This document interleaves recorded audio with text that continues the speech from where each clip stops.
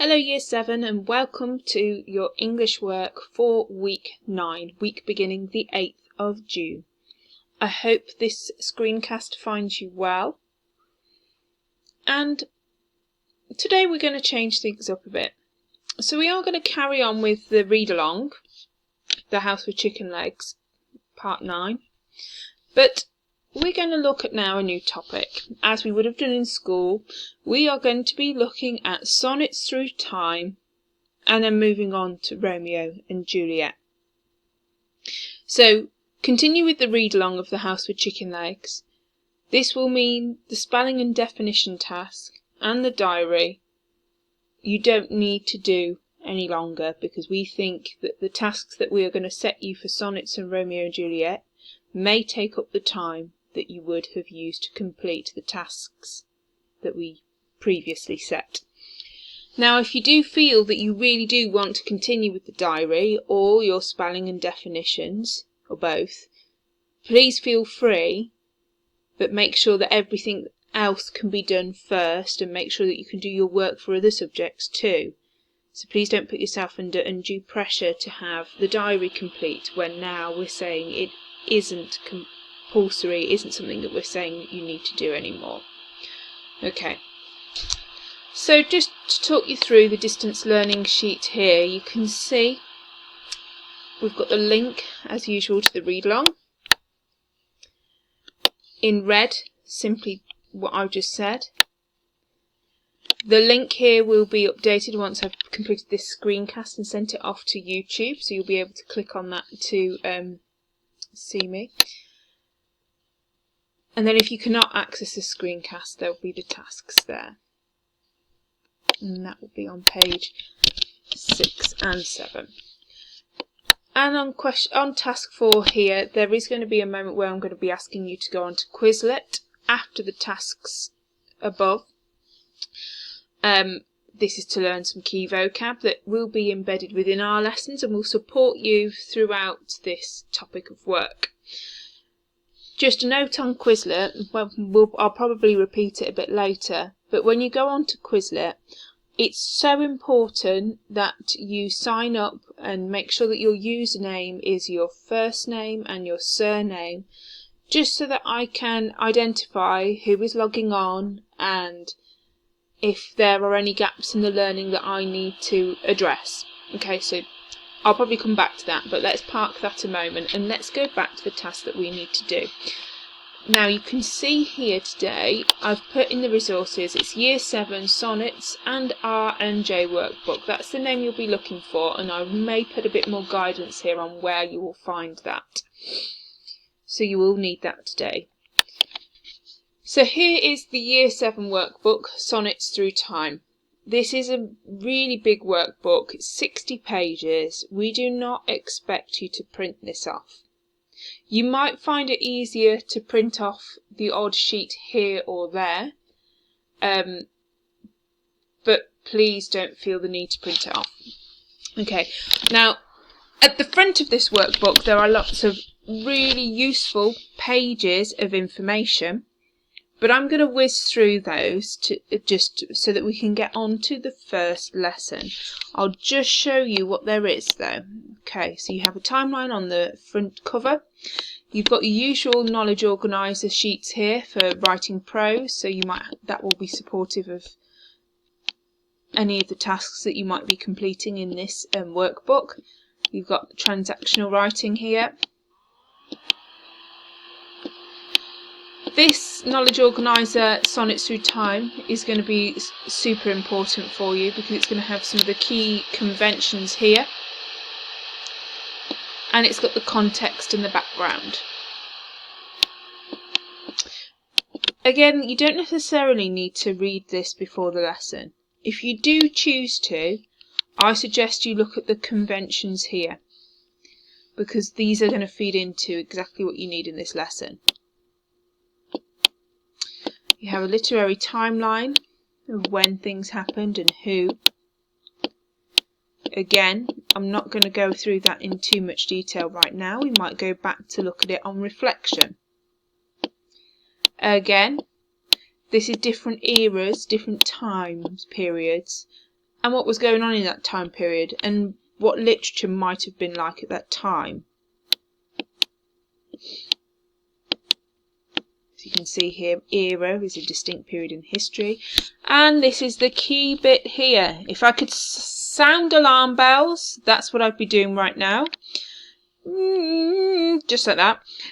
This is what we're going to be looking at, a sonnet. So it's really important that we know that definition. So sonnet is from the Italian sonetto, meaning little song. Okay, we're just bypassing homework at the moment as that isn't required. Some more glossary terms, some definitions, again things that you will need maybe in this first lesson. Now this page addresses that when we study poetry we're looking for form, how it is made, how it's put together. So this year we've already studied an epic poem, but we're going to move on to study sonnets. We sometimes think about how they're structured. How does it change? Why does it develop? And is there a shift in mood? And you will find with sonnets that there is. And the language used. Again, the poet in particular will have chosen certain words over other words to convey their message, their narrative, their depiction of a character. They will have also chosen to use poetic devices to create imagery for their poems. And here is the big statement. The point is, when writing about a poem, you don't just say what a writer is doing. You need to say why the writer is doing it and what you think the intended effect is upon the reader. Okay, whenever you're analysing a poem, this is what we're looking for. Why is the writer doing it, and what is the intended effect? So the first poet we're going to be looking at is Francesco Petrarch, born in 1304 and died in 1374. This is a typo. This is the 14th century in Italy. He wrote mostly love poems, mainly addressed to his muse, Laura. And how did he write them? What was the form? It was the Italian, so the original, sonnet form. It was 14 lines, split into an octet and sestet via a volta. Now, all of these words at the minute we haven't gone through yet, and we will do in a moment. They had a usual rhyme scheme, A B B A, C D C, D C D. And why did he write these poems? It was to express his love for the girl he was in love with and his frustrations in trying to secure her love in return. So the first task I'd like you to do is there were some words in there that we are yet to know. So the words are muse, octet, sestet, volta and speaker. You might want to write these down on a piece of paper, and then you need to scroll back up in your knowledge on this booklet to find out the definitions and write them down for yourselves. Okay? So do that now for me, please. Okay, you might want to pause the video.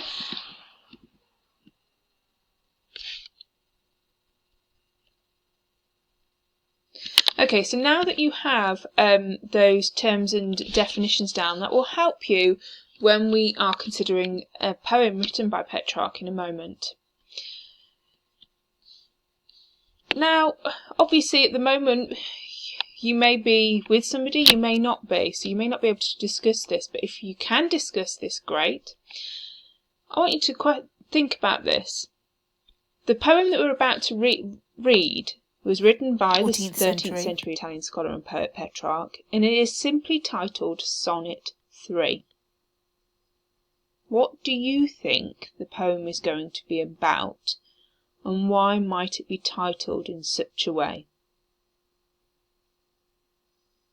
It's really important to consider the title in a poem because usually it reveals a lot about what is being written. Why has Petrarch decided to use a number at the end of the name of his poem, of his sonnet? What might that suggest? Okay, so now that we've had a little think about that, we are going to read Sonnet 3. And then we will be answering some questions. We will be annotating the poem, and I am going to have a go at doing some visualizer work using the things that I have at home. So we'll see how well that goes. So we're going to look at Sonnet 3. Now, I don't know whether I've done this with Year 7 so far, so if this may be new to you. So when I first look at a poem, now that we've looked at the title, and you might have thought, well, if it's a number, maybe this is part of a series of sonnets. So there might have been number 1, number 2, and this is the third one, and maybe there's more. And you'd be right. But another way now to start thinking about what is this about, instead of being overwhelmed by reading the whole poem, we are going to read just the final words on each line.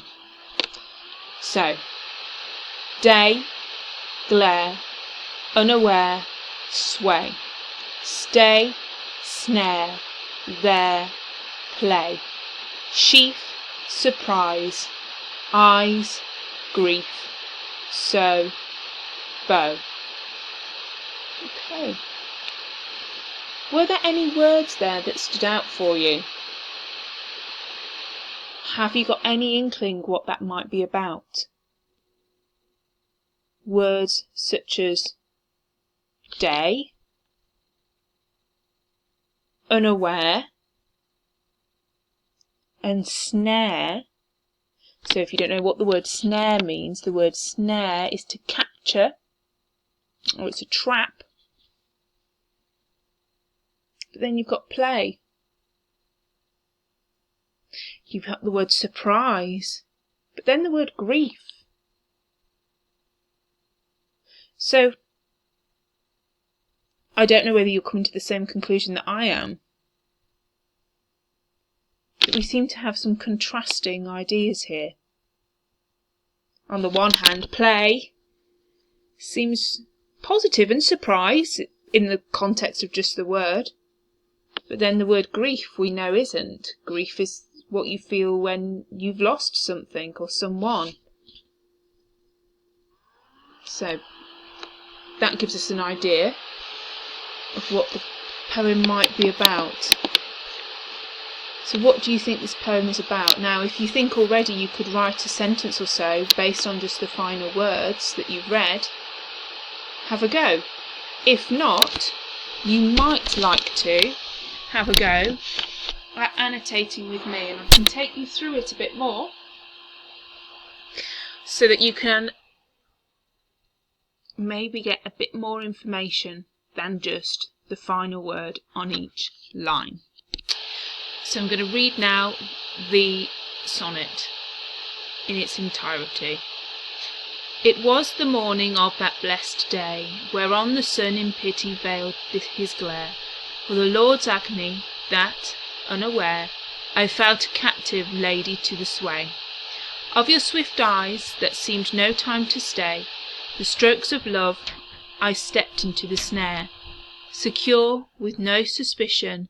Then and there I found my cue in man's most tragic play. Love caught me naked to his shaft, his sheath, the entrance for his ambush and surprise, against the heart wide open through the eyes, the constant glare, gate and fountain of my grief. How craven so to strike me stricken so, yet from you fully armed, conceal his bow. Now, if you already think, without even delving into it, you can think about what this poem is about and write a few sentences and complete the task that you can see just at the bottom of the screen there, you can go ahead. But If you require me to go through this in a bit more detail, that is what I'm going to attempt to do. So we've had a look at the last letters of each line and we've just read it through. But if you're still thinking, I haven't got a clue what this poem is about, let's have a go at trying to find out if we can work it out together. So the first thing I want you to do is make a positive, so it's a positive sign and a negative sign. And I'm going to use a colour to highlight each one of those. I'm going to go negative with blue, and positive I am going to go with orange. Okay, any words that I think are positive or negative, I am going to highlight. It was the morning of that blessed, I'd say that's quite positive, day whereon the sun in pity veiled his glare. For the Lord's agony that unaware I felt a captive lady to the swain. Okay, I feel there's quite a few negative words in there. I've got the word pity, glare, agony, captive. Okay. Of your swift eyes that seemed no time to stay, strokes of love. Well, that's love. Should be quite positive. I stepped into the snare. Negative. I'm going to go through some of the vocabulary in a moment. But we'll do this first. Secure with no suspicion. Secure, I'd say to feel secure is quite positive. With no suspicion. That's quite positive. Then and there I found my cue in man's most tragic, definitely there in negative, play. Love caught me. I'm going to go with negative on that. Naked, again, I would say that's quite negative. Vulnerable, I'm going to put here. To his shaft, his sheath. The entrance for his ambush. And surprise. Against the heart wide open, through the eyes. The constant gate and fountain of my grief, negative. How craven, that's negative. So to strike me, stricken so. Yet from you, fully armed, conceal. Arms suggest weapons, doesn't it? Conceal his bow. So I've gone through there some positives and negatives. What do you notice now about the poem?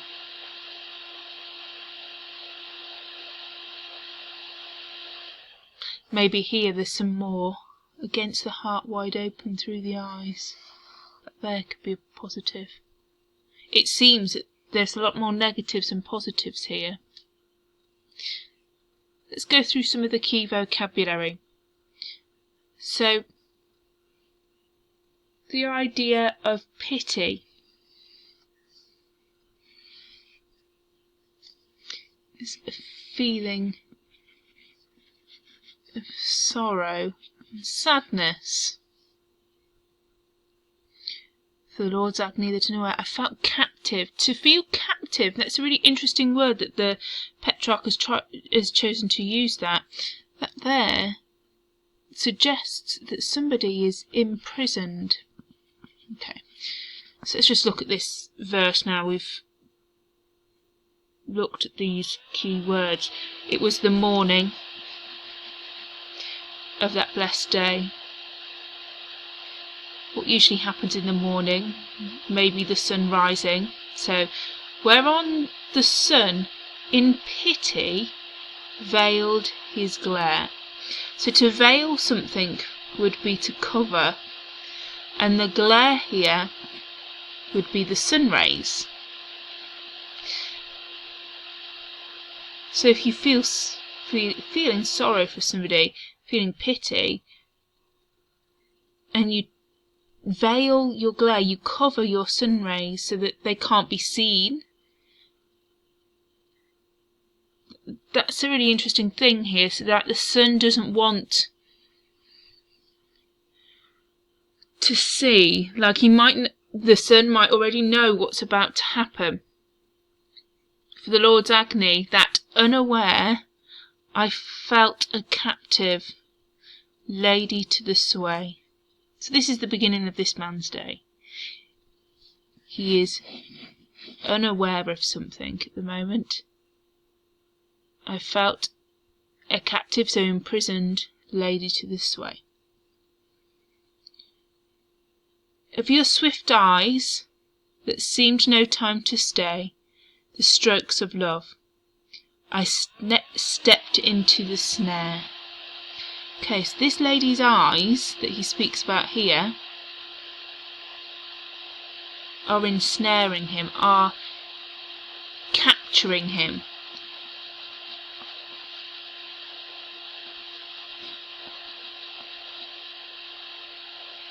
But he goes on to say here, he's secure with no suspicion. So he was unaware. I found my cue in man's most tragic play. Love caught me naked to his shaft and sheath. Shaft here is the handle of weapon. Sheath is the arrow. It's to do with bow and arrows. The entrance for his ambush and surprise. So an ambush suggests that love has been waiting for him and is about to spring out upon him to capture him. Against the heart wide open through the eyes, the constant gate and fountain of my grief. So we've got this idea here of a gate and fountain. A gate is something that is closed. A fountain is something that pours. Grief is sadness due to loss.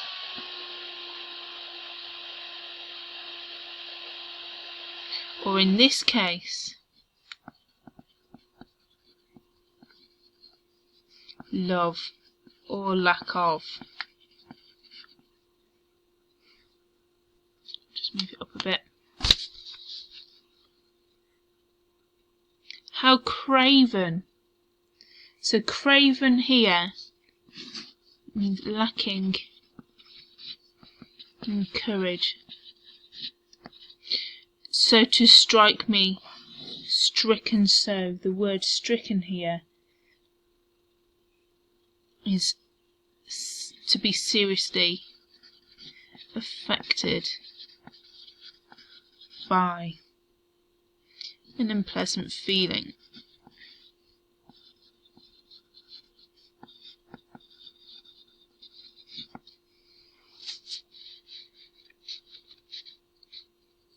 Yet from you, fully armed, conceal his bow. Again, interesting, we've got the shaft and the sheath up there. This idea of weaponry.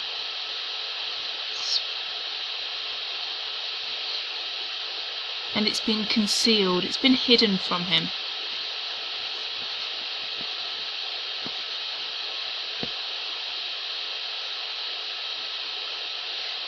So we know that the speaker of the poem is talking about a lady that he feels captive to.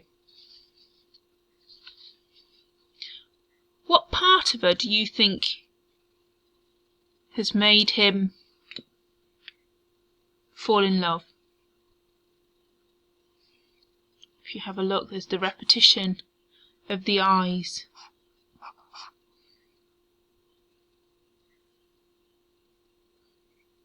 So he likes her eyes, but he likes the way she looks.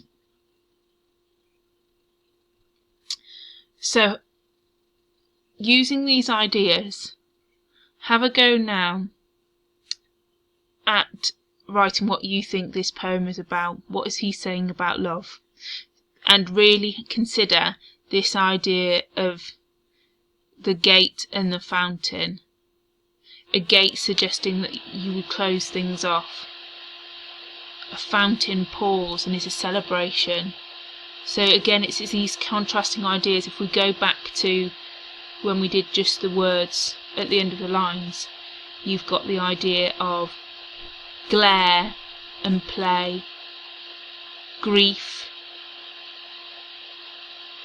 surprise, snare, all contrasting ideas when he's considering love. So what is this poem about?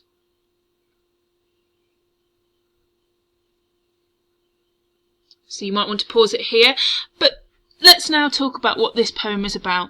This poem is about a man who falls in love, who feels captured by this love, and it's unrequited. She does not love him back. The next questions ask what is happening in the octet and what is happening in the sestet. Now you might need to go back to your definitions, but the octet is the first 8 lines and the sestet is the last 6. Okay, and we haven't done it yet, but this is the volta here, the turn. There is a change. When it says the word tragic, there seems to be a change to this negative feeling. So in the octet, at the start, what is happening? What is the poet telling us? And then what is happening in the sestet at the bottom, this last 6 lines. Okay, if you've had a go at that now, so in the octet here we have the speaker telling us that he's found a lady unawares and that he's fallen in love. He was secure, he had no suspicion, and then he met his tragic end. Though it seems quite positive at that point, he seems quite happy, unaware. And then the sestet, if you go for task 3 there, he's been ambushed. There's grief at the gate and fountain. It keeps pouring, and then it's closing, and he feels like it's lacking in courage, that he's been seriously affected by an unpleasant feeling, and he wasn't aware of it at all when it's been concealed from him. So now we need to consider the rhyme scheme. To consider the rhyme scheme, we need to look at the ends of the lines. So we'll start the first line with A. Second line would be B. So day, glare, unaware, the same as glare, so that's a B. Sway is the same as day, so that's A. So it's ABBA. Then you've got day and sway and stay are the same, so that's A. Snare and glare, there, unaware, so that's a B again, and snare. And then play is back to A. Then we get onto the sestet, where the rhyme scheme slightly changes. We've got, so you start on the letter C. Sheaf. Surprise is again a different rhyme, so we've got surprise and eyes, they're the same. Grief, back to C, because that rhymes with sheaf. Sow and bow, again a new rhyme, so ease. So it's ABBA, ABBA, C, D, D, C, E, E. And now we're going to have a look at the last task box. So for the last task box here, 1 to 5, you need to complete sentences to answer these. So for task 1, you need to summarise what this poem is about in no more than 4 sentences. If you're really struggling to think how you start that sentence, maybe consider the sentence love is, and what is the poet telling us about love. Love for Laura, who is his muse, who we'll find out in question 2, is like what? Okay, question 2, once you've completed that, make sure you write that down. Question 2, the poem is the third in a series of sonnets written about or for his muse Laura. In total there were 365. Why do you think Petrarch wrote 365 poems about his affections for one girl? So have a think about the significance of the number 365. If you're not sure, look it up, or maybe speak to the people around you. Why? What's important about 365? And question 3. Who or what is the speaker attacked by in this poem? If you go back to your notes, the speaker is caught by something, he's ambushed by it, he's snared, he's captured by it, he has no courage against it.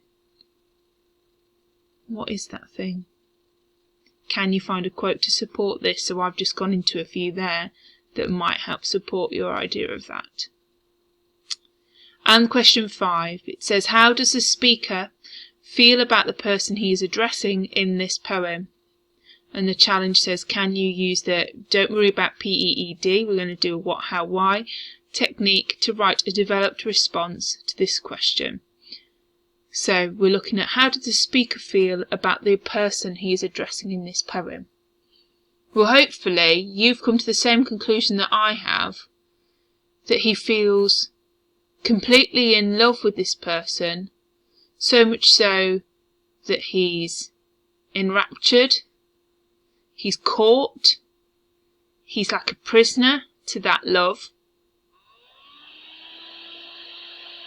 And he's got some highs and lows. His grief, if you go back to that Gayton fountain again, of this idea of love is something to be joyful, but if he doesn't get any love back, he may not be so joyful. So let's have a look at having a go at writing a response to the question, how does the speaker feel about the person he is addressing in the poem? So,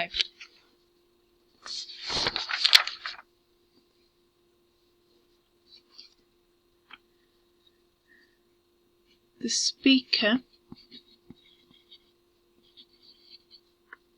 in the poem, and how do you think he feels then? The speaker in the poem, he's in love. I'm going to say the word consumed, like he can't get away from it, like it's all too much. The speaker in the poem is consumed by love for his muse, Laura.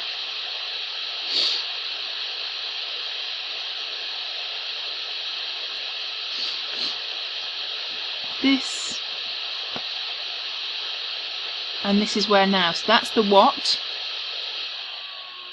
What is in the poem that he's consumed by the love. Then we're going to say, how do we know that? We're going to show a quote. This is illustrated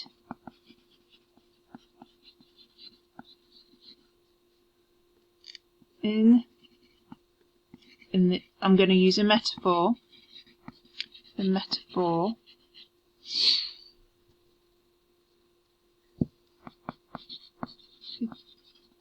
against the heart wide open through the eyes. It's a metaphor because your heart can't be open, and instead that phrase of heart wide open suggests that his body is open to the love. He can't get away from it. He really wants to be in love with Laura from his heart to his eyes.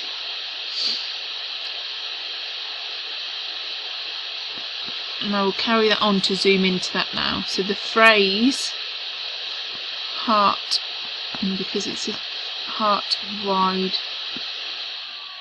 open,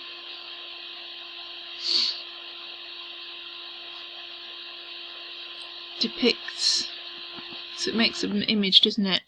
Depicts a body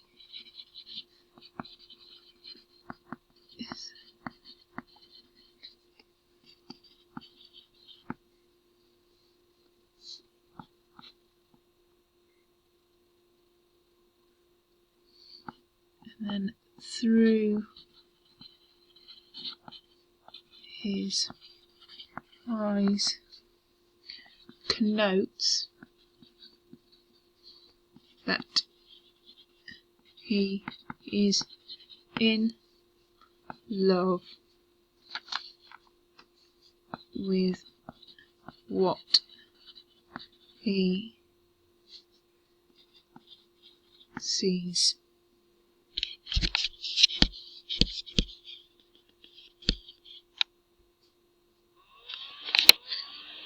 Now it's your turn to have a go. You could use the same quote if you want, if you have other things that you would like to say about it, but if you're just going to repeat what I put already, it's probably best that you have a look at a different quote. Now the quote I would look at maybe is "Love caught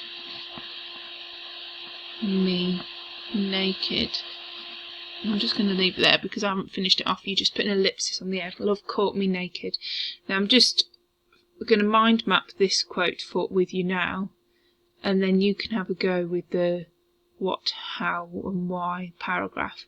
So for love to catch somebody, well, in this instance it was him, that is a particular type of technique. Can love be caught? Can love catch somebody? It can't. And to catch somebody, it is something that can't happen. So again, it is a metaphor. So love caught me naked. Love can't do that. And actually here you could say, when you go on to the next line, it goes on further, "To his shaft, his sheath, the entrance for his ambush and surprise," that his suggests that love is a man, so you could go further than that and say that it's personified. So love caught me naked. We've already said that that word suggests he's vulnerable, unaware. He's completely, again, that idea of consumed. It's like it's filling him up and he can't do anything about it. So you could have a go now, writing a what, how, why paragraph, using maybe this quote, "Love caught me naked." What does that tell us about if we go back, sorry. How does the speaker feel about the person he is addressing in the poem? And maybe you want to use, you could use some of the starters here. So the speaker in the poem is,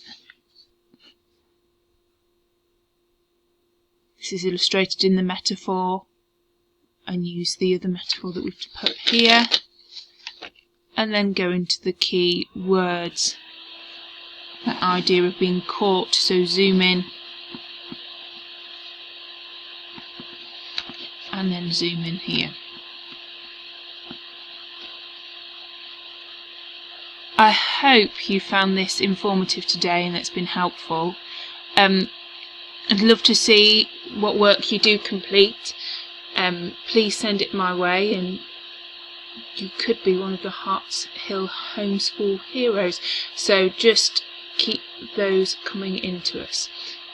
I hope you have a really wonderful week, and good luck.